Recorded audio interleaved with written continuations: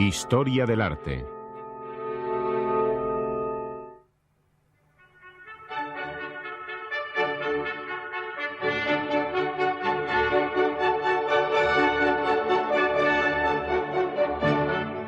Barroco.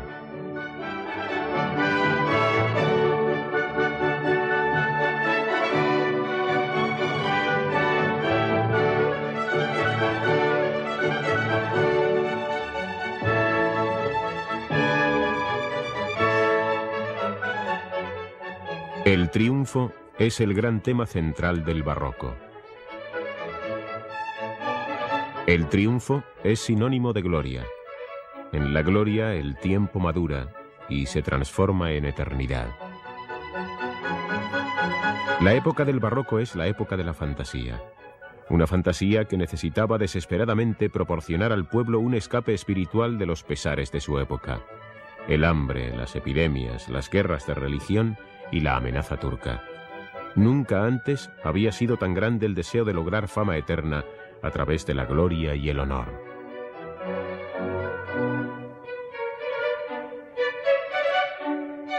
Triunfal es también la vitalidad intensa, a veces en grado sumo, que irradiaba de la mirada de los personajes de la época desde sus retratos y monumentos. Triunfal también es el espíritu con que se concebían castillos, palacios, jardines y espacios urbanísticos. En los jardines de regularidad geométrica, el estricto orden y la ingenuidad técnica de sus fuentes lograban que el arte barroco triunfara también sobre la naturaleza.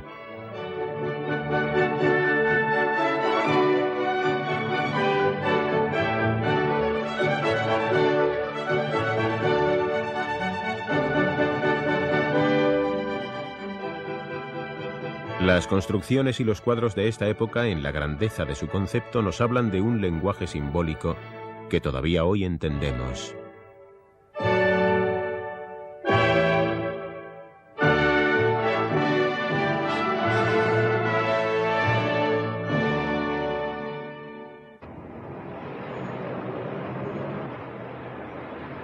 El barroco se puede entender como un renacimiento renovado y dinamizado. Su lugar de origen está allí donde el Renacimiento alcanzó su cumbre, Roma. En el siglo XVII, la ciudad papal de Roma se convirtió en la capital barroca más importante de Europa. Fue el viejo Miguel Ángel quien dio el impulso definitivo a esta nueva forma de expresión. Como arquitecto de San Pedro, diseñó una cúpula que rompía valientemente con el ideal renacentista.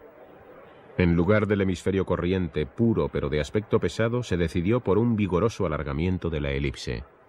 Aquí la arquitectura se convierte en un símbolo de la voluntad de triunfo que se impone sobre la masa de piedra, dándole forma y vida, sometiendo sus vastos poderes. San Pedro es un modelo de referencia para casi todas las construcciones de cúpulas de los siglos que siguieron. El barroco, sin embargo, adquirió su vitalidad de una nueva generación de osados arquitectos.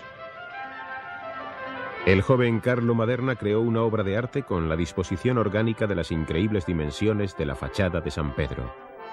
Dispone en primer término una especie de nártex y levanta una gran fachada con frontón central, con gablete y ático coronado con estatuas. Para otro joven artista, el escultor y arquitecto Gian Lorenzo Bernini, de Nápoles, San Pedro iba a convertirse en el trabajo de su vida. La amplitud de la iglesia excedía toda dimensión humana. Bernini proporcionó un soporte a la soledad del individuo con una obra maestra de vitalidad.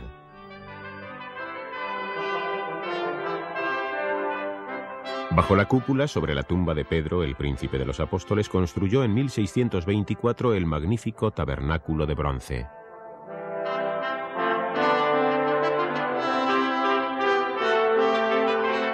Un baldaquino se levanta sobre 4 columnas salomónicas esplendorosamente adornadas.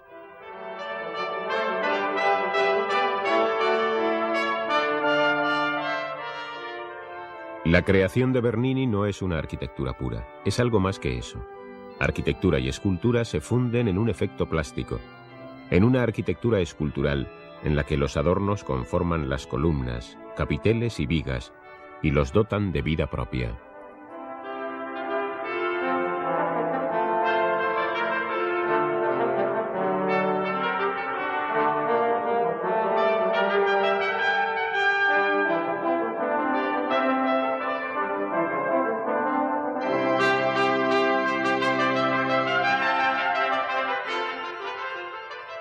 El magnífico despliegue de materiales preciosos de bronce y oro no constituye un fin estético en sí mismo, solo sirve a un propósito: la exaltación de la cruz.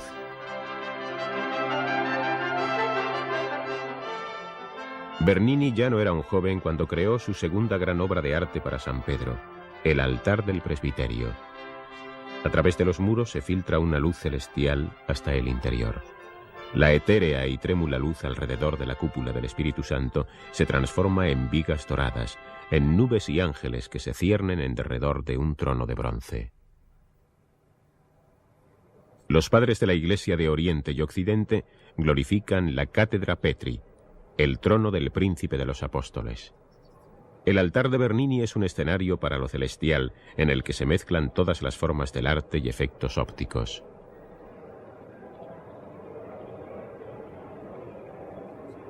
Aunque magnífica para su tiempo, la decoración de San Pedro no era todavía suficiente para demostrar concluyentemente al resto del mundo que Roma era la gloria coronada de la cristiandad y que las pretensiones de la Iglesia romana a la soberanía abarcaban al mundo entero.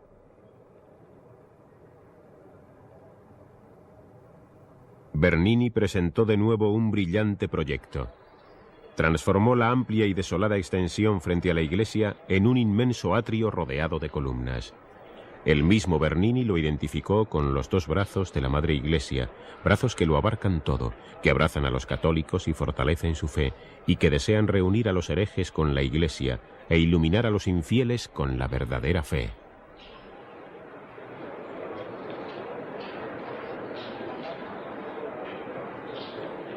Las columnatas, que a su vez forman un porche cubierto para las procesiones del Corpus Christi, adornan el ascenso hasta San Pedro con una colección de estatuas de mártires y penitentes. En el Theatrum Sacrum, una de las creaciones de Bernini, lo milagroso se hace presente en la tierra. El cielo baja a los creyentes de una forma que es sensual, tangible. Desciende hasta ellos con un poder exaltado, como lo capta Bernini en el rapto místico de Santa Teresa de Ávila, en un incomparable retrato. Teresa, la gran carmelita española, escribió sobre sus experiencias espirituales en el siglo XVI. Relató su éxtasis cuando el ángel de Dios perforó su corazón con una flecha ardiente. Era tan grande el dolor que me hacía dar aquellos quejidos, y tan excesiva la suavidad que me pone este grandísimo dolor, que no hay desear que se quite ni se contenta el alma con menos que Dios. Los miembros de la familia donante aparecen en las hornacinas laterales como testigos del milagro.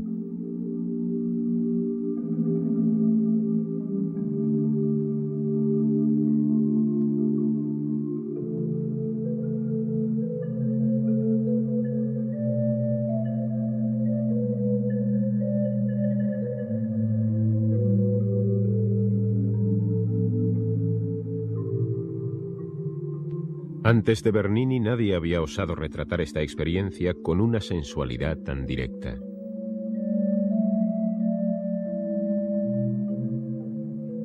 Santa Teresa permanece en completa sumisión frente al ángel que apunta a su corazón con la flecha dorada del amor divino.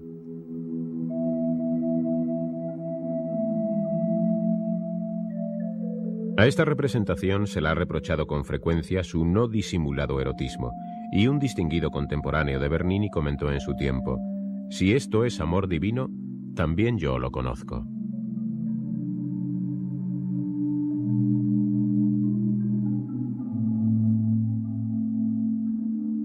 De cualquier forma, no debe olvidarse que la misma Santa Teresa describió su éxtasis espiritual como una experiencia de fusión a la vez física y espiritual.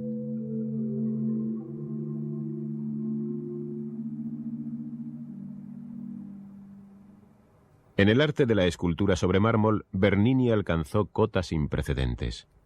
Había aprendido la profesión de su padre, un escultor de talento.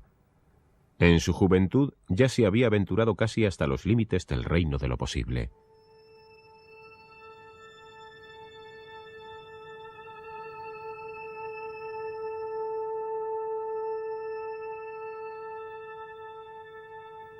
El grupo con el Apolo apasionado y la esquiva ninfa Dafne constituye su obra maestra en el arte de la escultura. La piedra parece estar viva, respirando. Nos parece oír el llanto suplicante de la ninfa, y cómo Diana, la diosa de la castidad, escucha su súplica y la transforma en arbusto de laurel ante los ojos del dios.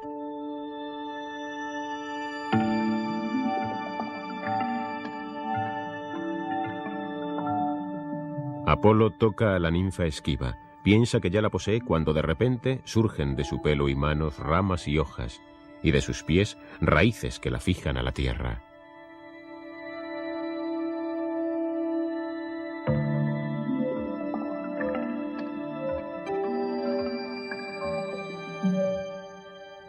Bernini capta los momentos más efímeros. Parece como si deseara pintar con su cincel, como si pretendiese dar a la escultura lo que hasta entonces pocos cuadros eran capaces de captar: movimiento y transformación en movimiento, una sucesión de momentos reunidos en un solo instante.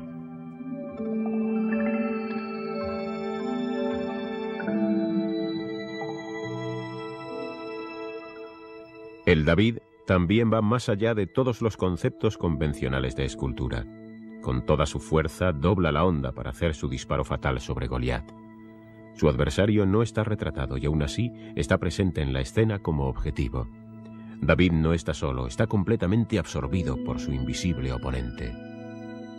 El escultor dio a David sus propios rasgos en este estudio realista de expresión. Se dice que el propio Papa Urbano I sostenía el espejo para el maestro mientras trabajaba.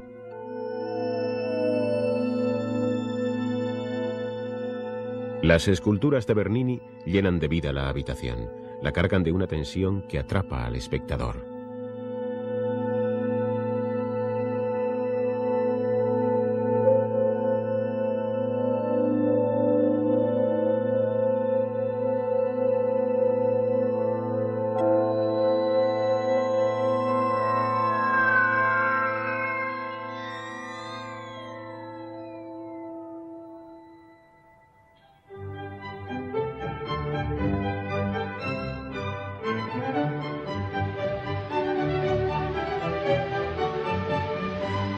El barroco descubrió el agua como elemento artístico.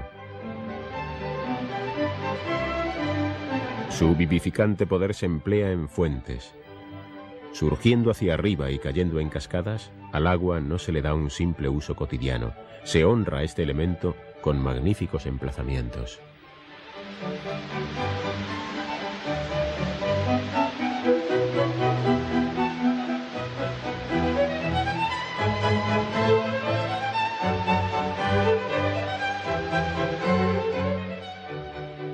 Fluye abundante desde las grietas del mármol travertino que Bernini emplazó en 1647 por encargo del Papa Inocencio X, en el centro de su fuente de los Cuatro Ríos, en la Plaza Navona.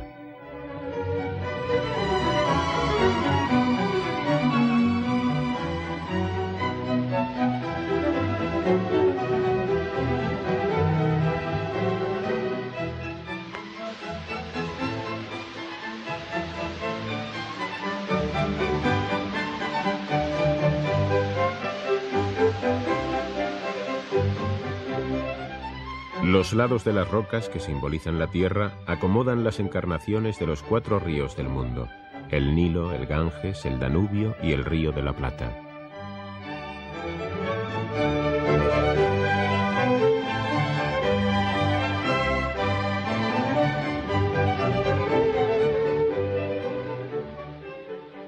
En la ciudad eterna, el centro del mundo, los ríos de la tierra rinden homenaje a Cristo como fuente de salvación eterna.